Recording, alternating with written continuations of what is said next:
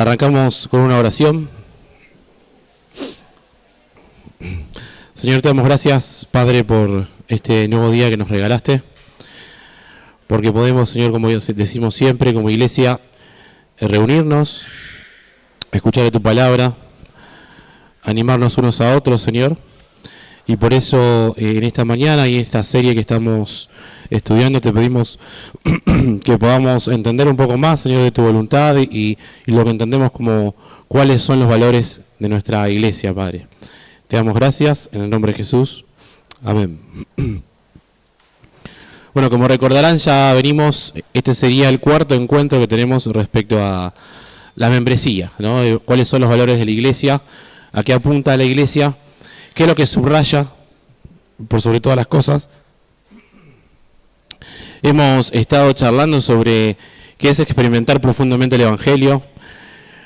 Entendemos que los cambios son de adentro hacia afuera y no necesariamente una cuestión de qué tengo que hacer o no tengo que hacer, sino que el Evangelio produce en nosotros una transformación y eso se evidencia hacia los demás. Una transformación tal que hablamos justo la semana pasada sobre amar y disfrutar a Jesús, que fue el tercer punto. Y hoy nos toca ver sobre evangelismo personal. El tema de evangelismo es un tema que ha sido hasta controversial en muchos círculos. ¿Qué entendemos por evangelizar? ¿Qué es evangelismo? ¿No? Una de las cosas que planteamos como iglesia, entender que evangelizar no es un evento puntual de la iglesia. No es entregar tratados o hacer o asistir a una campaña evangelística. No tiene que ver mucho con eso. Sí puede ser parte tal vez en algún punto, pero entendemos que como iglesia el mejor, o podríamos decir, lo que mejor o más bíblico es respecto al evangelismo, tiene que ver con el evangelizar uno a uno, ¿no? Un evangelio contextualizado y de uno a uno. ¿De qué manera podemos evangelizar? Y bueno, estableciendo vínculos, que eso va a ser un poco lo que nos va a atravesar toda la mañana respecto a este tema. Entonces, lo que vamos a hacer ahora es hablar conceptos generales, teológicos, así también como ejemplos en la Biblia de evangelizar y evangelismo. Quisiera que me acompañen, vamos a ver una historia conocida y vamos a ver algunas características. En Juan 4, la famosa historia de la mujer samaritana, la idea que podamos ver cómo Jesús aborda el tema, el carácter de Cristo al respecto y la respuesta de esta mujer.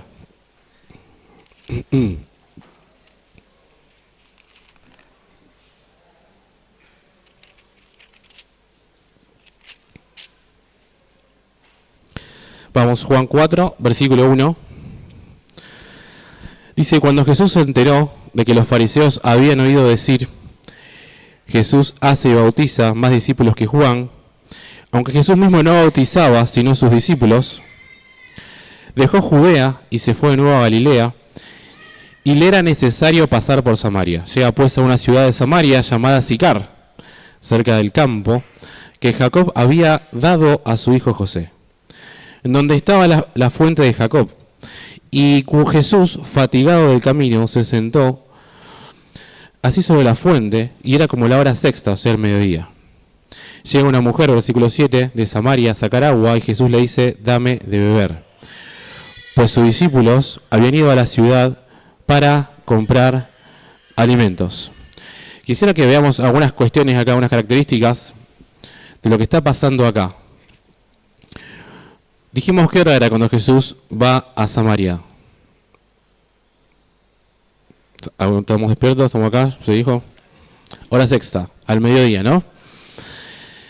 Entonces, una de las cosas que podemos tener en cuenta es la temperatura del lugar, por decirlo de alguna manera, ¿no? Hacía frío, calor, probablemente era el día más caluroso la hora más calurosa del día.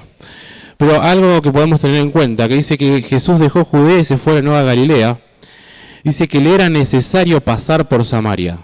O sea, que vemos que Jesús ve una necesidad en este contexto, ¿no?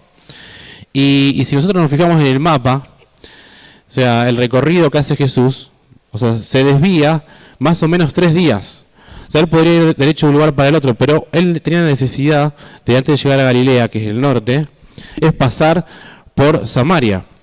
Y ahí donde, otra cosa que podemos ver en el versículo 6, a ver si ustedes me ayudan, es cómo estaba Jesús físicamente. ¿Alguno lo llegó a ver en el versículo 6? Cansado, fatigado. Entonces, si nos pusiéramos a analizar un poquito más, vemos obviamente la humanidad de Cristo en todo esto, pero vemos que Jesús, primero habíamos dicho que tenía la necesidad de pasar por Samaria. Segundo, era a la hora del mediodía, un horario caluroso, y ya a la hora de comer, que vamos a ver más adelante. Y encima él ya estaba cansado del camino, dice acá, y se sentó sobre la fuente. Entonces ahí empezamos, vemos que aparece el encuentro, una mujer de Samaria, que dice así, versículo 7, llega una mujer de Samaria a sacar agua, y Jesús le dice, dame de beber. Pues sus discípulos habían ido a la ciudad para comprar alimentos. Le dice entonces la mujer samaritana, como tú, siendo judío, me pides de beber a mí, que soy una mujer samaritana, porque judíos y samaritanos no comparten. Hasta ahí podemos ver entonces otra característica más, que Jesús va al encuentro con una mujer de precisamente un grupo que eran los enemigos de los judíos, ¿no?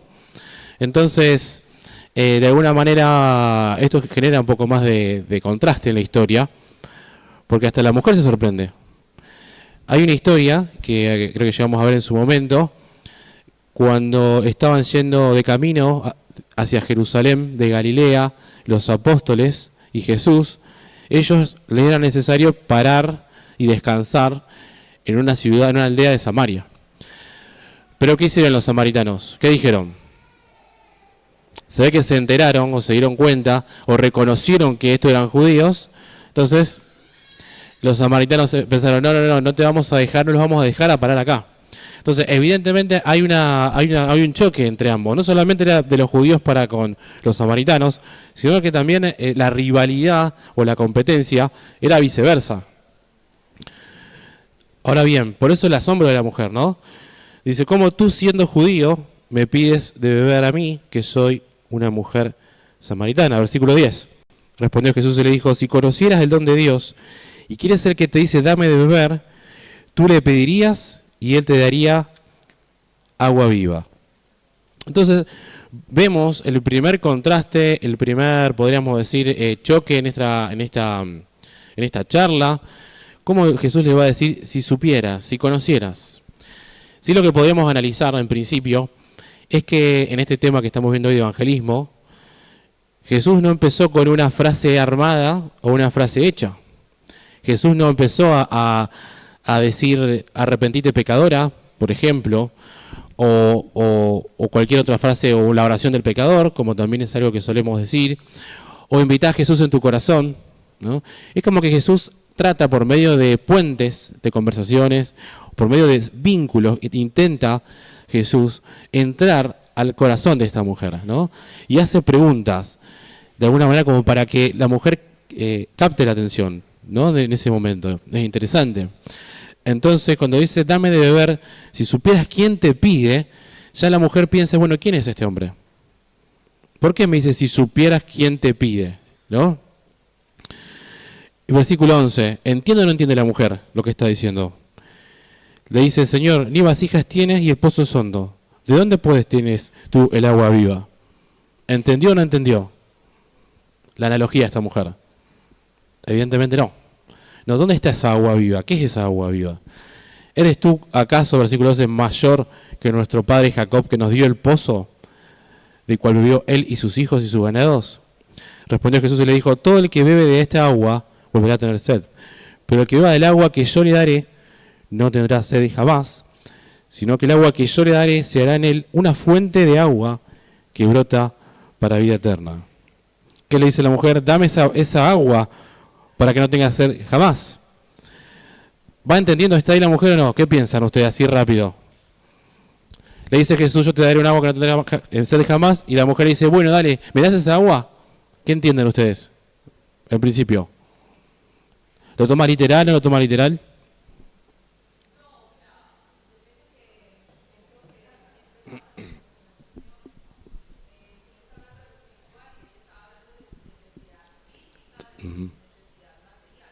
Tal cual. Evidentemente, todavía esta mujer hablaba en términos terrenales, como dice Belén, ¿no? Jesús le estaba diciendo de algo espiritual, algo más trascendental, Si yo te doy de beber esta agua, bueno, no va a tener sed jamás. Bueno, dámela, ¿dónde está? No está esperando realmente saciar su sed física. Entonces, como la mujer todavía no entiende, fíjense la intención de Jesús. Fíjense cómo está enfocado Jesús en que la mujer entienda, pero él, a medida que va charlando, va haciendo preguntas, trata de captar la atención y guiar, ¿no? Entonces hace otra pregunta, o una orden podríamos decir. ¿Qué dice el 16? Ve y llama a tu marido y regresa acá.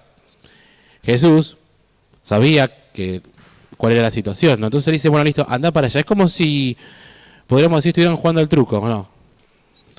Cantó los puntos, pero bueno, a ver, bueno, 34, porque no existe, no está ahí. ¿Y qué dice la mujer? No llegó a esos puntos, ¿no? No tengo marido. Pero Jesús dice, bien dijiste, no tengo marido, porque 5 maridos tuviste, y el que ahora tienes no es tu marido, en esto has dicho verdad. Le dice la mujer, Señor, estoy viendo que tú eres profeta, así que de a poquito, como que va entrando en otro terreno esta mujer, pero no sabemos si ya estaba entendiendo quién es el que estaba enfrente, ¿ven? De a poquito va entrando en la conversación y va dejando algunas cuestiones ahí para que pueda ir entrando en terreno. Saltemos al 28, perdón, al 25. Es más largo esto, habla de la adoración, pero saltemos al 25. Le dice la mujer, sé que viene el Mesías, que es llamado el ungido. Cuando Él venga, nos declarará todas las cosas. Jesús le dice, yo soy el que habla contigo. Ya llegó un punto que ya llegó donde tenía que llegar. Pero no fue de entrada. Fue de a poquito. Fue estableciendo vínculos, fue preguntando, fue conociendo, fue ayudando. Fue dejando que esta mujer empiece a tener confianza en la persona que estaba enfrente. ¿Ven? Entonces, la pregunta es ¿cuál fue la reacción de esta mujer? En el versículo 28. Entonces la mujer dejó su cántaro y fue a la ciudad y dice a los hombres, venid, ved a un hombre que me dijo todo lo que hice. ¿No será este el Cristo o el ungido? Y salieron de la ciudad y fueron a él. Entre tanto los discípulos le rogaban diciendo, come, ¿no? Pero saltemos ahora al 39. Y de aquella ciudad muchos de los samaritanos creyeron en él a causa de la palabra de la mujer que daba testimonio. Me dijo todo lo que hice, de manera que cuando los samaritanos llegaron a él, le rogaban que permaneciera con ellos y se quedó allí 2 días. Y muchos de ellos creyeron a causa de la palabra de él. Y decía la mujer, ya no creemos por tu dicho, porque nosotros mismos hemos oído y sabemos que este verdaderamente es el Salvador del mundo, ¿no? El Cristo. ¿Qué pasó con esta mujer cuando luego de una conversación con Jesús dimensiona quién está enfrente? ¿Qué hace esta mujer? Lo comparte, ¿no? ¿Cuánto tardó en compartir? ¿Cuánto piensan ustedes? ¿Fue a hacer alguna capacitación de evangelismo? ¿Fue a ir a un seminario? No, evidentemente hay una acción que hizo esta mujer. ¿Qué fue? ¿Cuál primero, antes que nada? ¿Lo llegaron a ver? Versículo 28, ¿qué hizo ahí? Miren.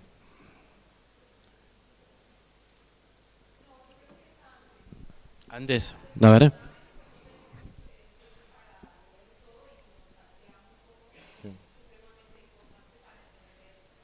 ¿Por qué es antes, Belén? ¿Por qué es antes? ¿Qué es antes? Bien.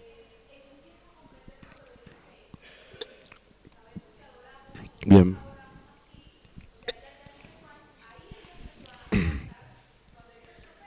Claro. Sí. Gerizim.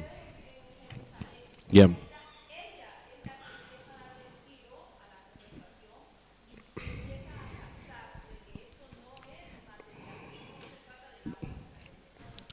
Sí, sí, ahí, o sea, la mujer empieza a darse cuenta por las preguntas de Jesús. Ahora, cuando realmente cae quién es Jesús, la mujer, ¿qué hace en el versículo 28? Dejó su cántaro, dice, y fue a la ciudad, ¿no? y le comunica a los hombres. ¿Ven? Que es una cuestión natural, normal, haber entendido quién es Jesús, quién es el Mesías, quién es el ungido, quién es Cristo. Esta mujer, dice, inmediatamente dejó su cántaro y se fue a avisar. ¿Y qué hizo? Contó su testimonio, ¿o no? Entonces, ¿qué hizo esta mujer? Apuntó a Jesús, mostró a Cristo. Entonces, la conclusión de los samaritanos, en el versículo 42 leímos, dice, ya no creemos por tu dicho, porque nosotros mismos hemos oído y sabemos que este es verdaderamente el Salvador del mundo. O sea, lo que hizo esta mujer, evidentemente, es ir con su círculo, es volver a su ciudad. Ya la conocían, ¿no?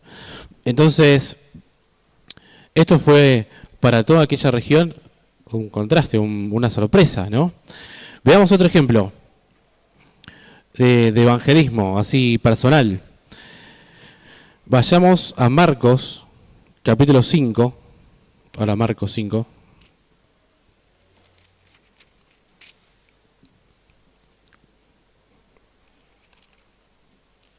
Vamos a leer del 1 al 20.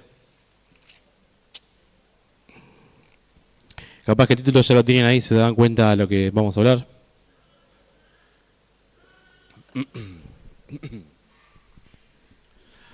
Marcos 5. Y llegaron a la otra orilla del mar, a la región de los, tengo gerasenos en mi versión. En cuanto desembarcó enseguida, vino a su encuentro de entre los sepulcros un hombre poseído de un espíritu inmundo, el cual tenía su morada entre los sepulcros, y ya nadie podía atarlo, ni siquiera con cadenas.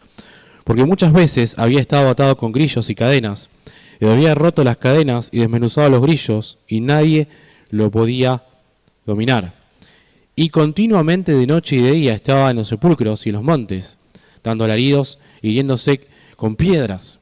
Pero viendo de lejos a Jesús, corrió y se postró delante de él, y gritando a gran voz dice, Jesús, ¿qué tienes que ver conmigo, Hijo del Dios Altísimo? Te conjuro por Dios que no me atormentes. Pues él le había dicho, sal del hombre y espíritu inmundo. Y le preguntó, ¿qué nombre tienes? Le dice, tengo por nombre Legión, porque somos muchos. Y mucho le rogaba que no le enviara fuera de aquella región. Y cerca del monte había una gran piara de cerdos paciendo, y le rogaron diciendo, envíanos a los cerdos para que entremos en ellos. Le dio permiso, y cuando los espíritus inmundos salieron y entraron en los cerdos, la piara, como 2000, se precipitó por el acantilado del mar y se ahogaron en el mar. Y los que los apacentaban huyeron e informaron a la ciudad y en los campos y vinieron a ver qué había sucedido. Y llegaron ante Jesús y contemplan al endemoniado, al que había tenido la legión, sentado, vestido, y en su juicio cabal, y tuvieron temor. Y los que lo vieron les contaron cómo le había acontecido esto al endemoniado, y acerca de los cerdos. Entonces comenzaron a rogarle que se retirara de sus entornos. Y cuando él estaba entrando en la barca, el que había estado endemoniado le rogaba que le permitiera estar con él. Pero no lo dejó, sino le dice, ve a tu casa, a los tuyos, y cuéntales cuán grandes cosas hizo contigo el Señor, y cuánta misericordia tuvo de ti. Y se fue y comenzó a proclamar en Decápolis cuán grandes cosas le había hecho Jesús, y todos se maravillaban. ¿Qué pasó acá? ¿Qué podemos decir? ¿Cuál era la condición del endemoniado de Gadareno? ¿Cómo estaba él? Leímos en el versículo 4, 5. Era una persona débil, era una persona tranquila, que estaba vestida. ¿Pueden ver contrastes ahí? ¿Cómo estaba el endemoniado? A ver si me ayudan, están muy callados. Salvo Belén, que ya no está callada. Dice versículo 2 que estaba poseído. Versículo 3, tenía cadenas, ya nadie podía atarlo.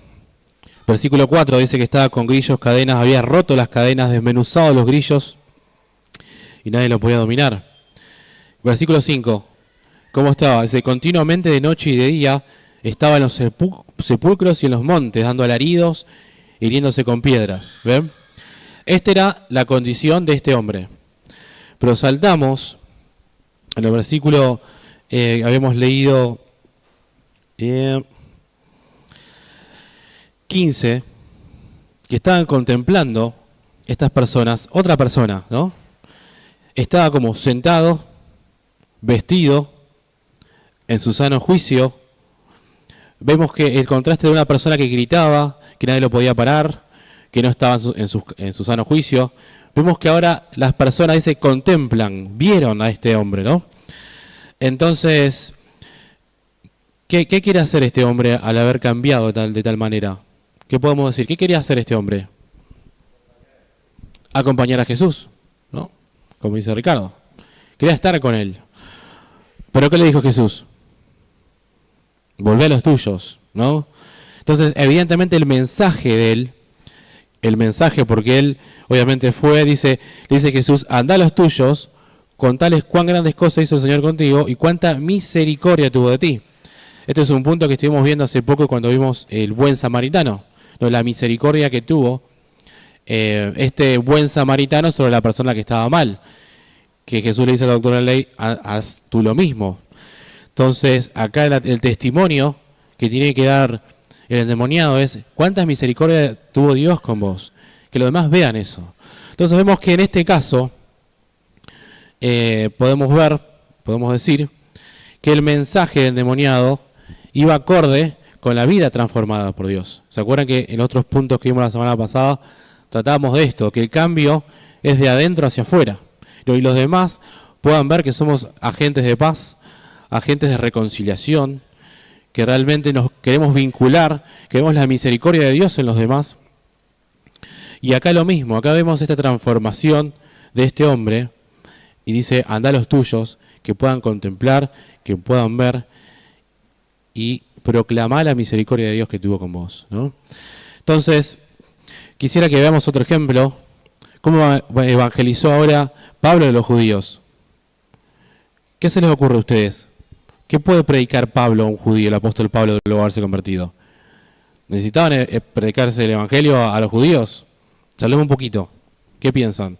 ¿Qué tiene que predicar Pablo a un judío? ¿Qué le tiene que decir? ¿Se le ocurre algo? ¿Alguno ha estado predicando, hablando con algún judío? Aparte de mí. ¿Nadie? ¿Qué podemos predicarle a un judío? Bien, sobre la gracia. Perfecto. Que el Mesías que esperaban ya llegó, ¿no? Hoy en día, ¿los judíos creen que el Mesías llegó? No. ¿Cómo, perdón?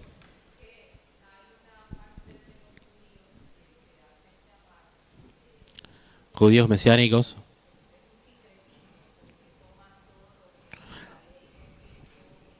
Sí. Sí, los judíos mesiánicos obviamente todavía están, depende de qué judíos mesiánicos, pero hay judíos que tienen su cultura. Como a nosotros nos gusta por ahí el asado, el dulce de leche, los judíos no festejan la Navidad y tienen sus costumbres, sus culturas también, ¿no? Hay una cuestión de tradición judía también ahí. Al margen de que por ahí crean en Cristo, hay judíos que viven ya en una subcultura. Pero vayamos y veamos Hechos 17, cómo Pablo predicaba a los judíos.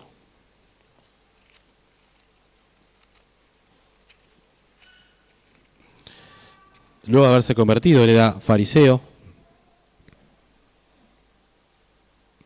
Y quisiera que podamos ver cuál fue la reacción. ¿Cuál puede ser la reacción de una persona que escucha el mensaje de Dios? Hechos 17, vamos a leer del 1 al 8 y después seguimos. Atravesando Anfípolis y Apolonia, llegaron a Tesalónica, donde había una sinagoga de los judíos. Y Pablo, según su costumbre, fue a ellos y por 3 sábados debatió con ellos, apoyándose en las Escrituras, explicando y demostrando que el Mesías debía padecer y resucitar de entre los muertos. Y decía, este Jesús que yo anuncio es el Mesías. Y algunos de ellos fueron persuadidos y se unieron a Pablo y a Silas, un gran número de griegos temerosos de Dios y no pocas mujeres. Vamos hasta ahí. ¿Qué estaba haciendo Pablo entonces? Dice que fue por 3 sábados, debatía con los judíos, apoyándose en las Escrituras. Pero ¿cuál era su argumento? ¿Qué es lo que decía Pablo?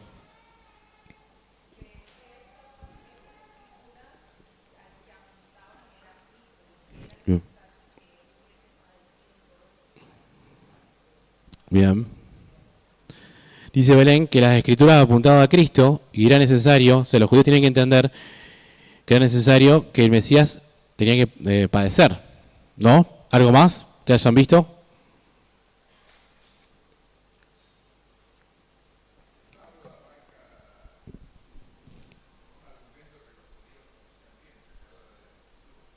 Muy bien.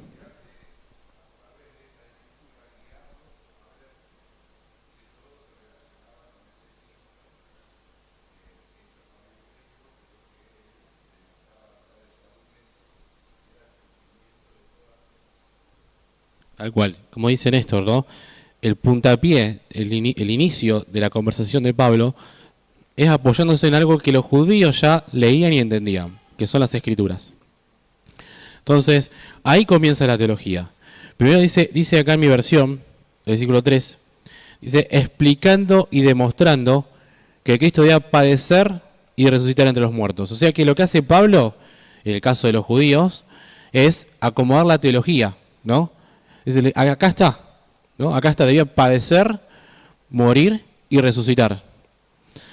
Después de haber dicho esto, mediante argumentos bíblicos, mediante las escrituras, que las escrituras, ¿qué serían acá?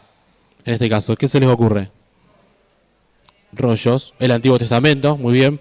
Entonces Pablo venía con los rollos y demostraba que todo el Antiguo Testamento, probablemente Pablo hacía lo que estamos haciendo nosotros, la teología bíblica del inicio, a demostrar que todo apunta a un Mesías, ¿no? Que todo apunta a Cristo, a Jesús. Entonces, luego de haber enseñado y explicado esto del Mesías, la conclusión en el versículo 3, y decía, este Jesús que yo les anuncio es el Mesías.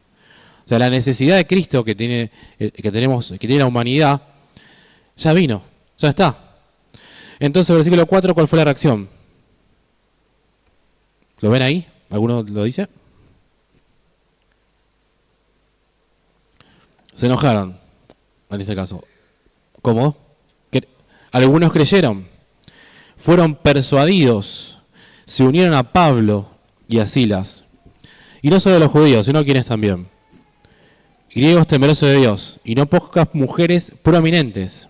En el versículo 5 vemos un pero ahí, ¿no? Que eso nos puede llegar a demostrar que también el Evangelio puede causar un rechazo, y también es parte, no pasa nada. Pero los judíos, llenos de envidia, tomaron consigo unos vagabundos perversos y reuniendo una turba, alborotaron la ciudad y atacaron la casa de Jasón para sacarlos ante el pueblo. Pero al no hallarlos, arrastraron a Jasón y algunos hermanos ante las autoridades de la ciudad gritando, estos que trastornan el mundo entero también se han presentado aquí, ¿no? Versículo 8, abandonaron el pueblo y demás. Entonces, ¿qué hacen ellos? ¿Qué hace Pablo? ¿Deja de predicar? No, se va a Berea. Y ahí saltamos al versículo 10.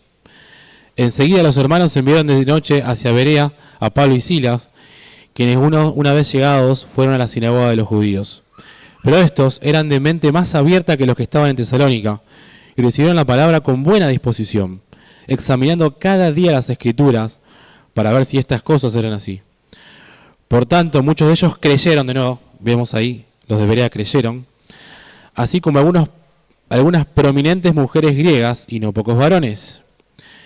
Versículo 13, cuando los judíos de Tesalónica supieron que también en Berea era proclamada la palabra de Dios por Pablo, vinieron también acá, alborotando y perturbando a multitudes. Esto otra vez de nuevo la misma historia, ¿no? Hermanos que fueron persuadidos por las Escrituras, que entendían que era necesario el Mesías, que el Mesías ya vino. Los judíos se enojaron, otros sí, otros no, y así. Berea también. Entonces vemos constantemente esto, ¿no?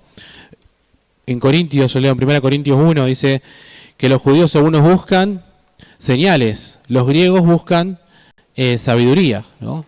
Y Pablo hace este análisis en el 1 Corintios, que se los leo, pues ya que en la sabiduría de Dios el mundo no conoció a Dios mediante la sabiduría, agradó a Dios salvar a los creyentes por la locura de la predicación, porque los judíos piden señales y los griegos buscan sabiduría.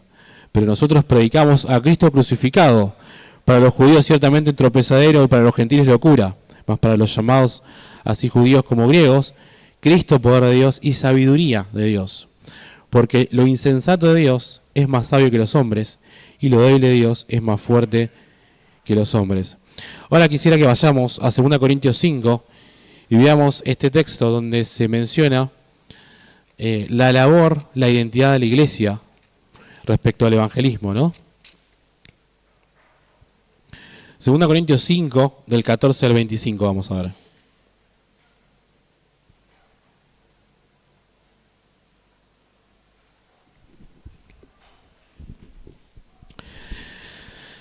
Lo leímos 20 veces, pero esto encaja acá y tenemos que leerlo.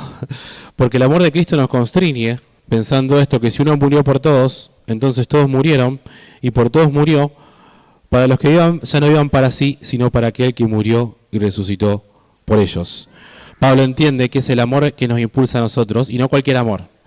No un amor abstracto o un amor que podemos entender como amor romántico, sino que es el Evangelio, el amor de Cristo, muriendo por nosotros y resucitando por nosotros, es el que nos impulsa a vivir.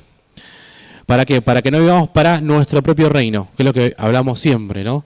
Hay dos reinos siempre en el mundo. Está el reino de la sabiduría, el reino de la necedad, el reino de Dios y el reino es nuestro. Nosotros siempre vamos por nuestro reino, pero acá dice que el amor de Cristo lo que nos hace hacer es morir a mí mismo y vivir para Él. Entonces, dice, versículo 16, de manera que nosotros de aquí en adelante a nadie conocemos según la carne, y si aún a Cristo conocimos según la carne, ya no lo conocemos así. O sea, lo que está diciendo acá que mi manera de ver las cosas ya no es como antes. Recién vimos que Jesús fue a la mujer samaritana, se desvió 3 días de camino, era el mediodía, habló con una mujer que nadie quería acercarse, que era de Samaria. Entonces Jesús con misericordia miró a las personas de otra manera, ¿no? Entonces acá dice, ya de manera que de ahora en adelante no conocemos a nadie según la carne. Mi mirada, ya no es mi mirada como la de cualquier ser humano normal, sino que es a través de la mirada de Cristo. De modo que si alguno es nueva criatura en Cristo, las cosas viejas pasaron, y aquí son todas hechas nuevas, versículo 17. Y el versículo 18 empieza a hablar ya no solo de lo que Dios hizo cada uno de nosotros, sino cómo nosotros debemos representar este reino a los demás. Entonces, ¿cómo evangelizamos? ¿No? Fíjense que habla de un ministerio que es la reconciliación, versículo 18, miren.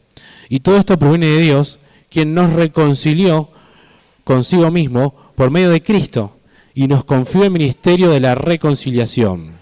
Esto es, que Dios estaba en Cristo reconciliando el mundo consigo mismo, no tomándonos en cuenta sus pecados, y puso en nosotros la palabra de la reconciliación. Esa es nuestra identidad. Así que somos embajadores en nombre de Cristo, como si Dios rogara por medio de nosotros. Rogamos en nombre de Cristo, reconciliados con Dios. Al que no conoció pecado, por nosotros lo hizo pecado, para que nosotros llegáramos a hacer justicia de Dios en él. Entonces, Pablo entiende que esta nueva naturaleza en nosotros nos produjo una reconciliación muy importante, que es el hombre con Dios en Cristo. Y nosotros en Cristo ahora somos embajadores, es nuestra identidad. Porque ahora estamos predicando la reconciliación a los demás. Pero la realidad es que yo no puedo hablar de reconciliación con mis amigos, con mi familia, en la facultad, en el trabajo, si yo no soy ese agente de paz o ese agente de reconciliación, si yo no busco vínculos con los otros.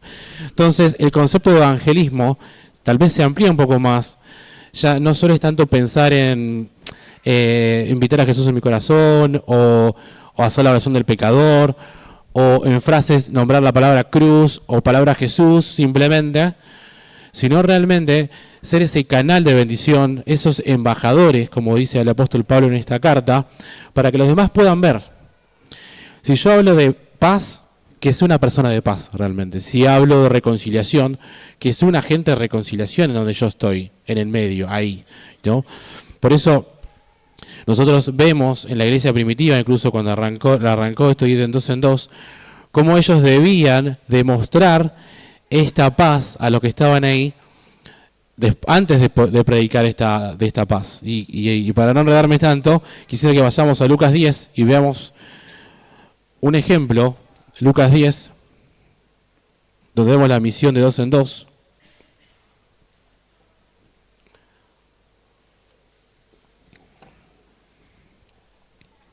Vamos a leer el versículo 1. Miren lo que dice. Después de estas cosas, el Señor designó a otros 72 y los envió de dos en dos delante de sí a toda ciudad y lugar donde él estaba por ir. Y les decía, en verdad la mies es mucha y los obreros pocos. Rogad pues al Señor de la mies para que envíe obreros a su mies. Id, he aquí os envío como corderos en medio de lobos. Y miren lo que dice ahora. No lleven bolsa, ni alforja, ni sandalias, y a nadie saludéis en el camino. En cualquier cosa donde entréis, primero decid, paz sea esta casa. Y si hay allí un hijo de paz, vuestra paz reposará sobre él. Y si no, se volverá a vosotros. Y posad en aquella misma casa, comiendo y bebiendo lo que sea de parte de ellos, porque el obrero es digno de su salario, no andéis de casa en casa. En cualquier ciudad donde entréis y os reciban, comed lo que os pongan delante. Sanad a los enfermos que haya en él y en ella, y decidle, el reino de Dios se ha acercado a vosotros. Pero en cualquier ciudad donde entren, donde no os reciban, saliendo a sus plazas, decid, os sacudimos aún el polvo de vuestra ciudad que se nos pegó a los pies, pero sabed esto, el reino de Dios se ha acercado. Bueno, hasta ahí. ¿Qué está pasando acá? Jesús envía de dos en dos a que vayan a evangelizar. Esto justo lo veíamos hace un mes más o menos en el campa con los jóvenes, donde uno de los oradores mencionaba esto, de cómo ellos deben evangelizar, pero tenían que hacer algo. Como que Jesús les envía a que hagan algo en específico. ¿Qué cosas vemos acá? ¿Cómo? Ser agente de paz, dice Delia. Ellos tenían que ser agentes de paz. Si van a hablar de paz con Dios, para con Dios, si son agentes de reconciliación, como vimos en Corintios, que somos embajadores, ¿cómo yo puedo reproducir esta paz de la cual estoy predicando? ¿Qué se les ocurre según lo que vemos? ¿Cómo puedo? ¿Cómo puedo vincularme? Lo vimos recién. A ver, los jóvenes que tienen un centro, por favor. Estoy solo acá. Ahí está. Tiene que ver con eso, ¿no? Dice, el que te abre la puerta, como dice Ari, quédate ahí, ¿no? Comé con ellos. Dice, pasá tiempo. O sea, comé lo que te pongan enfrente, ¿no? Esta misma idea, sanar a los enfermos. Pero acá dice Jesús algo que me llama la atención, que dice en un momento, no anden de casa en casa. ¿Qué tiene que ver eso con lo que acabamos de decir? ¿A alguno se le ocurre algo? ¿Por qué no hay que ir de casa en casa? ¿Por qué Jesús estará diciendo esto? ¿Acaso la idea no es ir a las casas y ser este agente de paz o de bendición?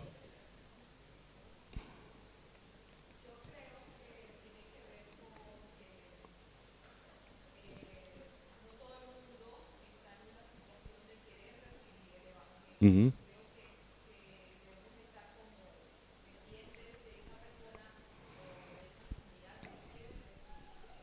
Es eso. Uh-huh.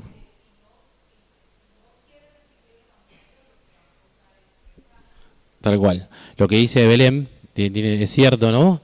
Dice, ¿para qué se van a quedar en una casa donde no te reciban? O sea, no pierdan el tiempo. Vieron que dice, no lleven bolsa, no lleven plata, no lleven alforja, no lleven... Sino enfóquense, no saluden a los que están al lado. Y yendo de casa en casa, ¿cuánto tiempo puedo tener yo para afianzar o restablecer vínculos? ¿Cuánto tiempo? Nada. Entonces es necesario que donde me abran, yo me quede, ¿no? Es esta idea. Si voy a predicar de la reconciliación, yo tengo que ser ese agente de reconciliación, el que está ahí, el que está estableciendo lazos, puentes, como vimos la mujer samaritana que hacía preguntas, ¿no? Entonces vemos una y otra vez esto que recién ahí predica, el reino de los cielos se ha acercado. Yo no puedo predicar un mensaje si yo no estoy viviendo el mensaje, ¿no?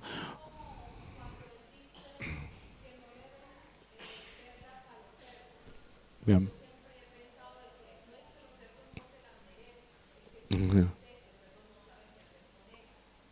Tal cual, no tirarle pelo a los cerdos, dice. O sea, la única manera que como embajadores de paz podamos reproducir la paz es a través de los vínculos. Y Dios nos puso en un lugar a cada uno, ¿no? Entonces, la oración de Pablo, ya vamos terminando. Si vamos a Colosenses 4, del 2 al 6, Colosenses 4, vemos que Pablo, uno podría decir, bueno, el apóstol Pablo la tiene clara, sabe qué decir, qué palabras usar. Tiene que decir cruz, muerte, resurrección y nada más, arrepentite pecador. No. Miren el motivo de oración de Pablo. Versículo 2, capítulo 4 de Colosenses, 4:2. Dice, perseverar en la oración, velando en ella con acción de gracias, orando al mismo tiempo por nosotros, para que Dios nos abra puerta para la palabra, a fin de hablar el misterio de Cristo, por el cual también estoy encadenado, para que lo dé a conocer como debo de hacerlo. Andad sabiamente para con los de afuera, no malgastando el tiempo. Vuestra palabra sea siempre con gracia, sazonada con sal, para que sepáis cómo debéis, responder a cada uno. ¿Ven? Primero que Pablo, punto número 1 en esta oración, está pidiendo para que Dios abra puerta para la palabra. O sea, que él reconoce que el que hace la obra es Dios. O sea, no hay mérito humano en esto. No hay una cuestión personal. Tengo que decir estas palabras, los 5 colores, lo que fuera que se me ocurre ahora, ¿no? Sino que es el Señor que abre las puertas. ¿Para qué? Versículo 2. Para que le dé a conocer cómo debo de hacerlo. Y al final hablamos de esto de que para que sepamos responder a cada uno. O sea, Pablo está hablando que el evangelio es realmente personal. O sea, no es algo genérico multitudinario, sino que el evangelio está diseñado para establecer vínculos. Y eso apunta. Entonces, ya cerrando como iglesia, la pregunta es, ¿a quiénes apuntamos a evangelizar a nuestra congregación? Que es el último punto que tenemos en el material, ¿no? En primer lugar, a personas de nuestro círculo cercano, que es lo que hablamos recién.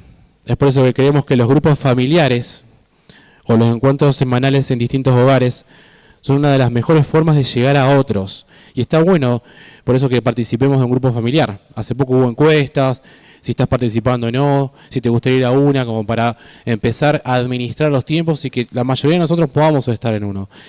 Y como iglesia tenemos esta herramienta de grupo familiar para que podamos también invitar a algún vecino, algún amigo, algún compañero de la facultad, en este tiempo de mates tal vez, de algo para compartir, donde pueden ver que llevamos las cargas unos a otros, que podemos orar unos por otros, que puedan ver que nuestro gozo realmente es el Señor. Y en un tiempo así está bueno, ¿no? En segundo lugar, como habíamos hablado, nuevas amistades que vayamos formando de uno a uno, ¿no es cierto? Y en tercer lugar, a personas de otros países y culturas. Como iglesia creemos de la Gran Comisión, ¿no? Y lo mismo que hacemos nosotros en Rosario, hay hermanos que apoyamos, que están evangelizando en otros lados, en otros países, ¿no? Que son más difíciles por ahí de ser alcanzados. Entonces un poco estos son los valores que creemos como iglesia y que subrayamos y apuntamos y nos enfocamos para que podamos expresar este gozo y este evangelio a todos los que nos rodean. Amén. Oramos. Señor, te damos gracias, Padre, por este tiempo que pudimos ver un poquito más de tu palabra, ver un poquito más, Señor, de lo que es conocerte a vos, Señor, tu amor, tu gracia, tu misericordia. Señor, y que como decimos siempre, que podamos expresar este reino como embajadores, Señor, siendo agentes de reconciliación, Señor, sabiendo que el ministerio que tenemos es de reconciliación, que podamos ser sal y luz a donde estamos, Señor, y que como iglesia podamos entender que vos nos pusiste en diferentes lugares, Señor, para que seamos sal y luz. Te damos gracias en el nombre de Jesús. Amén.